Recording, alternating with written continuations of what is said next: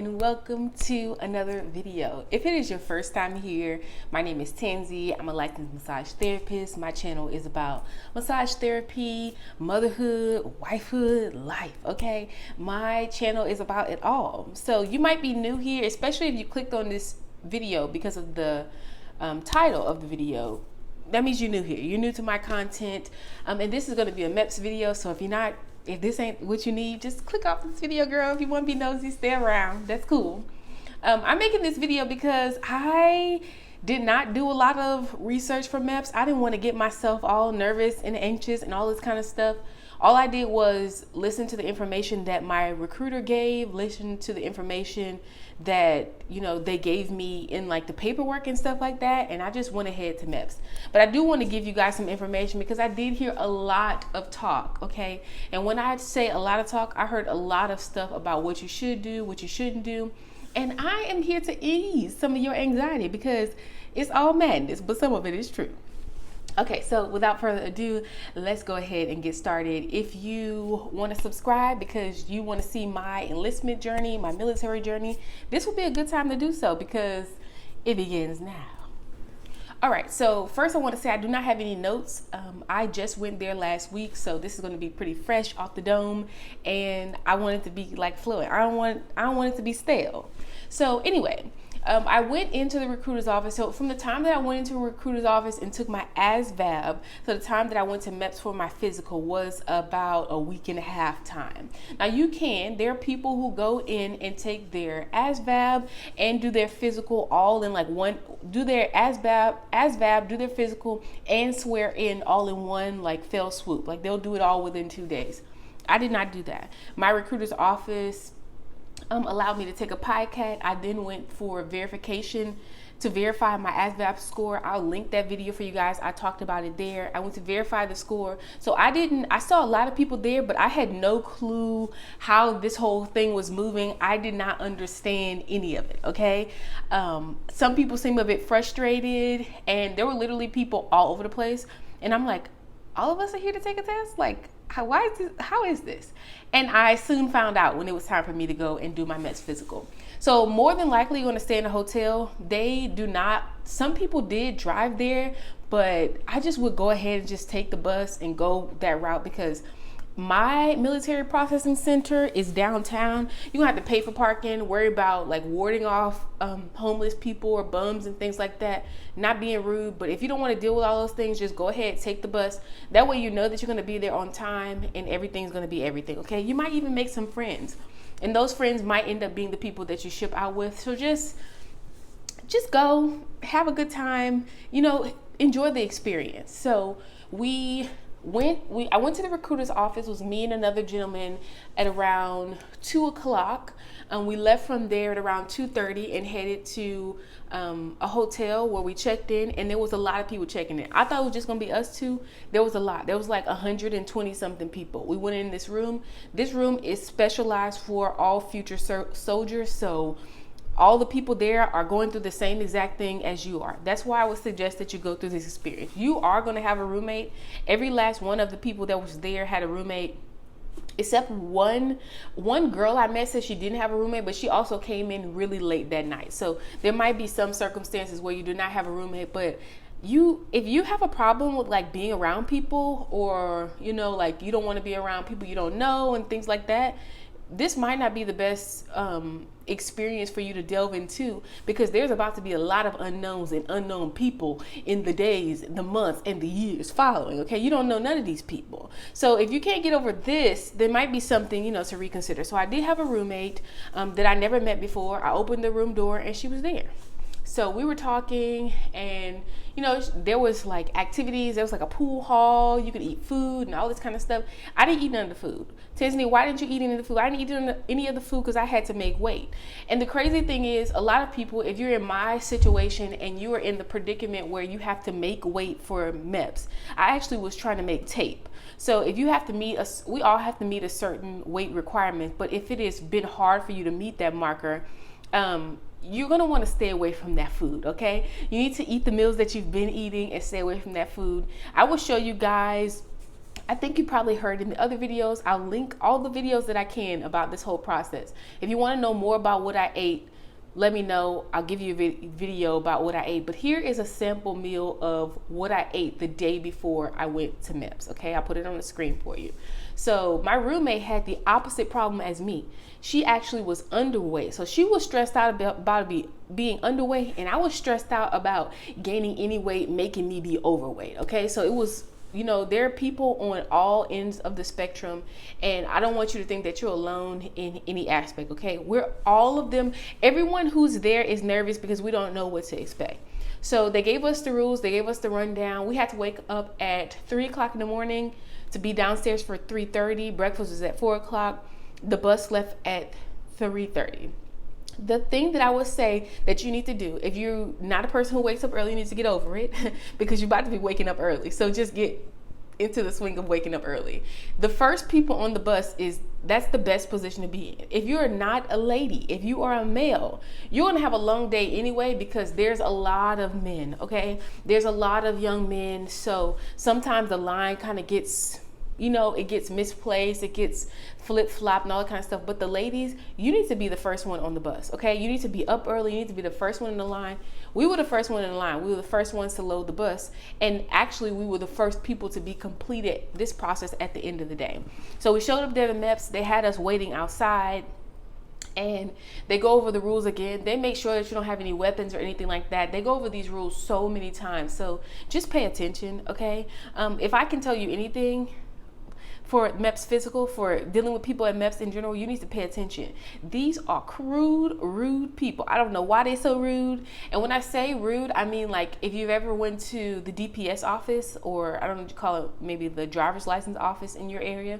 If you ever been there, or like any government office, how rude the people are in there, that's how they behave. They're very like, they work long hours. You can see that they're overworked. You're going to see you're going to be with the same doctors, nurses, patient assistants the whole time. So these people are working hard. So I don't even want to say they're rude. They're just very strict. So you need to pay attention.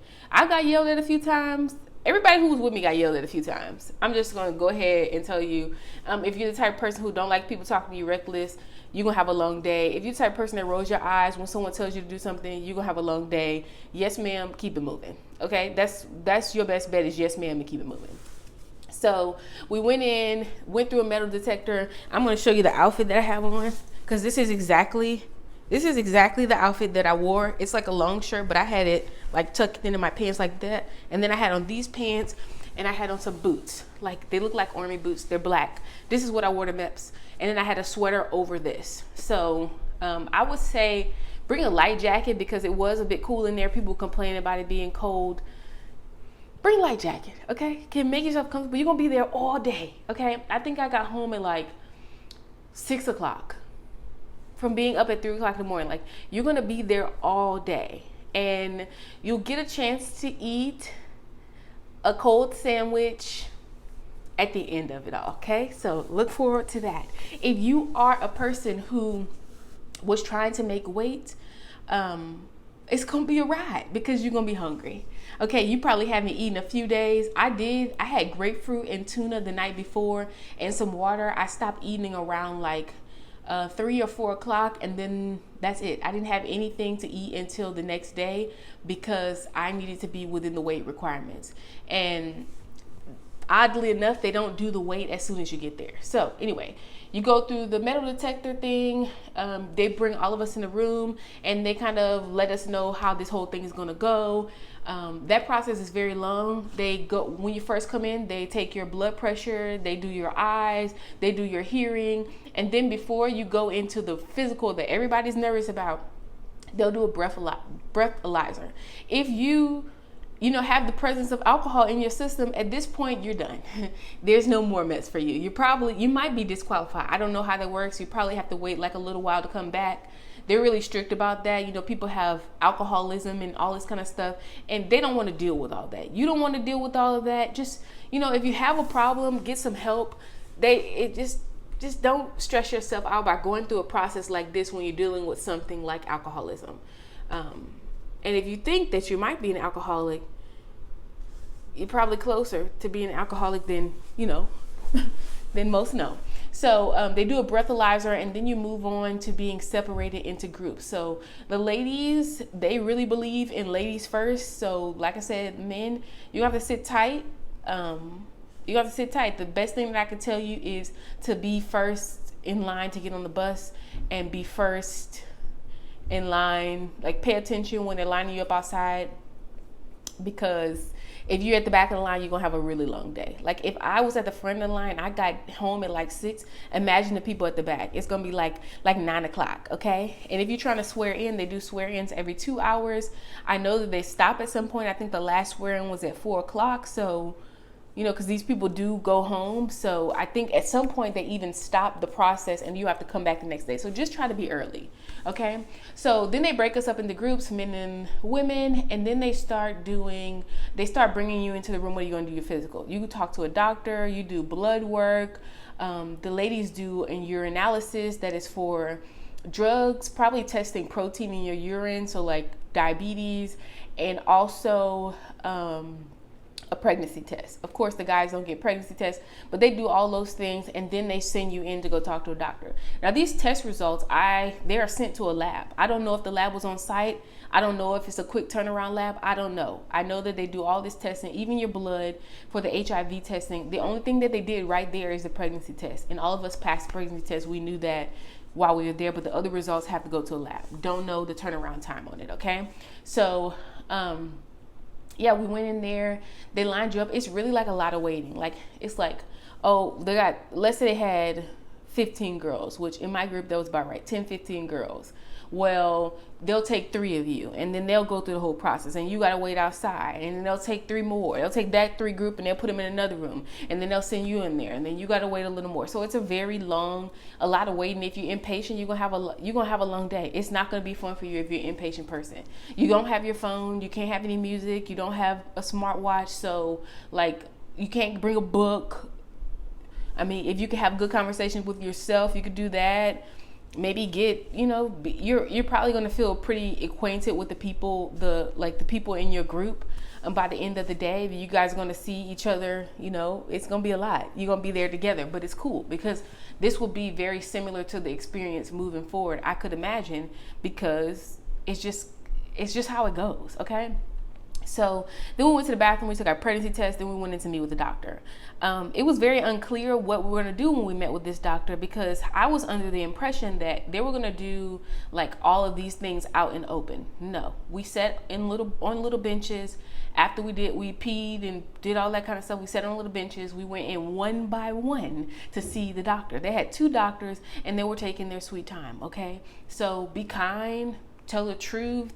I mean, it's really a pretty straightforward process. If you don't have anything to hide, and you're being honest. Like, if this is the right decision for you, you don't want to have to hide anything, because if this is the right decision for you, like, you're gonna have to hide it for a long time. You're going under contract, you're going under oath.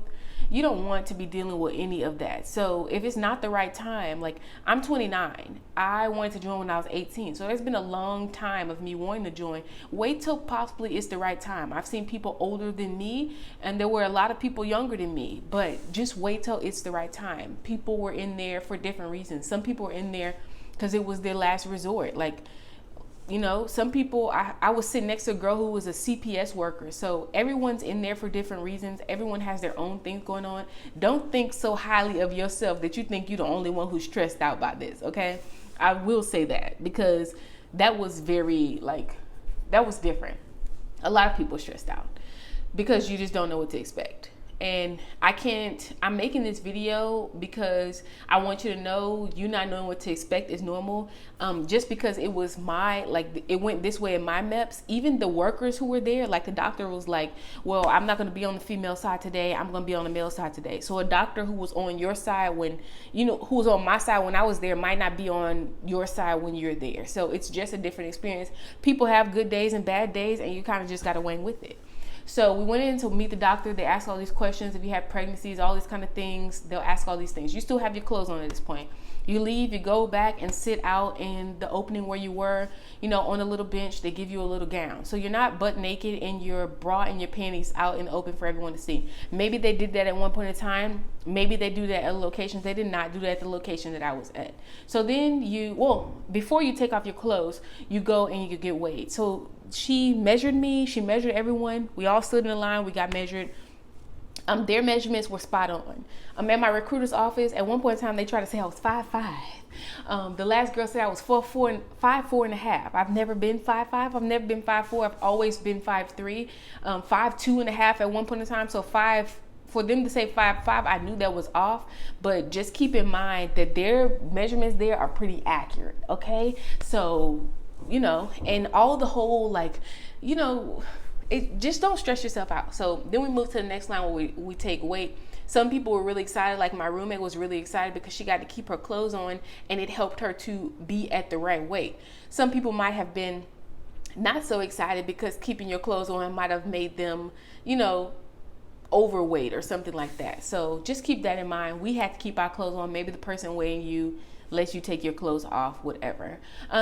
When it was time so everyone who was over the weight, so I was one of those people who was like over the weight, but I said I was going to meet tape, right? So the people who weighed accordingly, they didn't have to get taped. The people who need to be taped stepped to the side. It was like 5 or 6 of us. She taped us. And I will say she was very gracious. I measured my neck. My neck is pretty like, you know, I'm the muscle girl, right? So I already knew my neck was pretty big. I measured at home 14.5. She measured there 15 or something like that. 15 or 16, something like that. So, girl, I have my neck, look, normal neck. I have my neck like this, okay? So if you know, you have to just read the person. I don't mean like be all psychoanalytical and stuff, but just if the person's having a bad day, like, and you've been getting on the nerves all morning, that might not work in your favor at this point. So just be kind and just do what you can. When it comes time to do your waist, I was scared. I was like, would you be able to suck in and all this kind of stuff? They were telling me that the first girl that ever measured me in the recruiter's office said I would not be able to suck in. So I worked out and managed my waist to where I would meet the requirements without sucking in my stomach. Well, I got a chance to suck in. She didn't care. So there's that. She wouldn't have cared. I didn't suck in, but she didn't care. So other people were saying they sucked in. It was very like, there were so many people that this one lady had to do that she couldn't be so detail oriented. So I'm not saying don't meet the requirements, because on the same token, like there was no one in my group. There were 2 people in my group who looked like maybe they were like worried if they were going to make the weight. And there was another girl when I came back who was in another group. Now, all the girls in her group, they were smaller girls. She was clearly, and I'm not being rude, but she clearly had some weight that she had to lose. Now, they do have a new program right now, at least for the Army, don't know about any other branch, where if you are at least 6% within the body fat range, so if you're like 6% over, you can go away to this camp. It's not called fat camp, but I was saying it was going to be fat camp for me. I told you guys about it in that other video. You could go away to that camp. It's a 90-day camp, and you get a chance to leave every 3 weeks, I believe, if you meet the requirements. So she could have made it in that group. I just don't want you to worry about that stuff. I would get in shape and just be comfortable within my skin, because you know, at some point in time, I came back from the doctor's office and I had on like my bra and panties. It doesn't bother me any. A lot of girls were nervous about being in their bra and panties, which I guess I can understand it. But at the end of the day, I've had children and stuff. It really don't bother me like that. Like, girl, these are my breasts, not yours. Like, it doesn't really, I don't know. That's up to you. But just know that you are going to be in the vicinity with other ladies. And yeah. If that's a thing for you, I'm just letting you know. Also, I want to say there's this dry spray, like a Vagisil dry spray, I really like. Just make sure you hit those private parts, because you are in your bra and panties and they're making you do a lot of stuff. It's a lot of sweating, it's a lot of moving and all that kind of stuff. And the room did get a little not so fresh, okay? So I want the room to be fresh. So just go ahead and spray that dry spray in those cracks and in those crevices, okay? Please and thank you. So after that, after we got weighed and stuff, we put on the gown. So at this point, we're in our bra and panties. Also, I was stressed out about nail polish and toenail polish. I seen girls there with full on fake toenails and stuff like that. I even had my husband bring me toenail polish to the hotel. That's how, like, you know, I was. And cleaning out my ears and stuff like that, it wasn't all that intense. Again, I say it is going to depend widely on the person who's servicing you at that point of time. So what I would say is just take it all off. That way you don't get in any trouble. You know, you don't run into any of, you don't want to deal with none of that. Like I ran into one girl, it was actually my roommate, and you know, the doctor was giving her a hard time, and then she started arguing back with the doctor, and then the doctor disqualified her, and then she had to go back and do all this kind of, you don't want to be a part of that. Like, be kind and just do everything that you're supposed to do. So take all those toenails and all that kind of stuff off. You might get away with it. You might go there and see that there's some other girls who have it on. You do the right thing, just in case you get somebody who's doing all this weight and stuff who be playing with you, okay? So then we go back into the doctor's office one by one, and some people went to the same doctor, some people went to different doctors. One of the doctors, I was hearing like bad things. Like I said, she was arguing with people. I ain't have time for that, okay? The way my nerves are set up, I don't want to be arguing with nobody. And she was a little loopy, okay? The other doctor was pretty cool. We were talking about massage therapy and stuff like that, so I already felt like she was cool. So I went in there. I told you guys I had a piercing that I was worried about taking out. It was not a big deal. So I went in there. They do all those little exams that you hear people talking about. So you do the duck walk, and yes, you have to do all those things, little arm exercise and all those kind of things. It's so quick. It's like, if you ever done a physical, or if you ever went to the doctor's office for like an annual visit and they do all those little assessments really quick, that's how it goes. I would assume if there is a problem, they want you to slow something down to see, but it's just generally trying to see, like, don't let me push my arm up. Like, it's just generally trying to see if you're okay to go through what we about to go through in basic training. So that was what that was all about. They do, and I was asking this question because like I said, I was trying to hide a piercing. And not even hide a piercing, I didn't think that I need to take it out, and it was like I didn't know how to ask about it and all this kind of stuff. So they do check your butt. So you're like sitting down on a table. She just open your butt and then check and see if you have any, anything like that. She bent you over and then felt your spine to make sure you don't have any cysts on your spine, scoliosis, anything like that. And the last part, she did have you lift up, not the last part, she did have you lift up the dress. So I took the dress, you take the dress off altogether after you do all that. When you're doing all that duck walking stuff, you don't have that little dress on. It's on the table, that little paper dress. She did have you lift it up so you can see your breasts, see your nipples, all that kind of stuff. Make sure you don't have any growths or anything like that. And then the last part was she lay you back on the table. Well, you lay back on the table and then she open your legs, and she does have to see like your vagina just to make sure that you don't have any growth or anything like that, or a penis. Like, make sure that you're in the right department. Okay, so that's how that went. And then you walked out, and then you checked out. You have to check out with the other lady, and this lady is still taking weights and doing all this kind of other stuff. You have to check out, and then you go to the next desk, like back to the desk where you started at, and you give them the papers. You sit there, you wait, and then you check out from there, and then you go back upstairs. And at this point, you don't get to take your bags around with you here. So at this point, once you check out from there, either you're waiting in the room to swear in, or you're waiting for your recruiter. If you drove yourself, you can leave at this point in time, but you have to check out again. So there's a few check out points after you get your bags, but you're not just waiting around in there with your bags. So it is a long day. However, that's just how it went. It's just a lot of waiting. So I guess the nervousness is the waiting, not knowing what's next. The only other thing that would make people nervous is having something to hide. And I think being like fear of being nude around people, which you're not like walking around naked. You like have on, like imagine you had on like a hospital gown. It's really not that big of a deal. So yeah, that's it. All right. So that was my Meps physical experience. I did pass. They gave you a paper. I wish my paper's over there. It probably has my information on it. So they did give you a paper that said if you passed or failed when you were in the office, so you already knew if you were going to go to like the camp or whatever. They gave you that paper, and you get to keep the paper. And that's it. All the information is uploaded. The recruiter is able to see the information in real time. That's it. So I hope you guys enjoyed this video. Like I said, if you have any questions on how I made weight, I will tell you I started off the process at 189 pounds. And 189 pounds for me put me at 34 inches around the waist, 33 and a half, 34, something like that. So what I really did was focused on like doing water weight, because it's not like I had like a lot of, we already had this discussion, okay? The thick girls, you know exactly what I'm talking about. I did a lot of, I just worked on my waist. I left my bum alone. I left my neck alone. If you're a woman and you actually have like a lot of fat to lose, like your body fat percentage is high, the method I use may or may not work for you, because like I said, my neck is 14.5, 15 inches. So my body structure is just a bit more stout.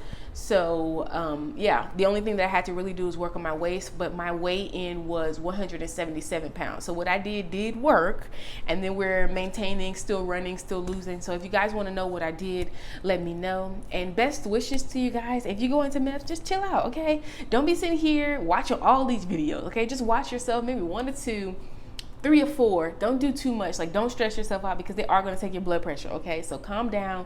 Lay off the caffeine. I seen guys up in there chugging Monsters and stuff like that. Like, no, leave all that. We're not gonna be able to drink all those Monsters and coffees and stuff once we go to basic training. So just leave that stuff alone, okay? As always, if you have a question, ask a question, and I'll see you guys in the next video.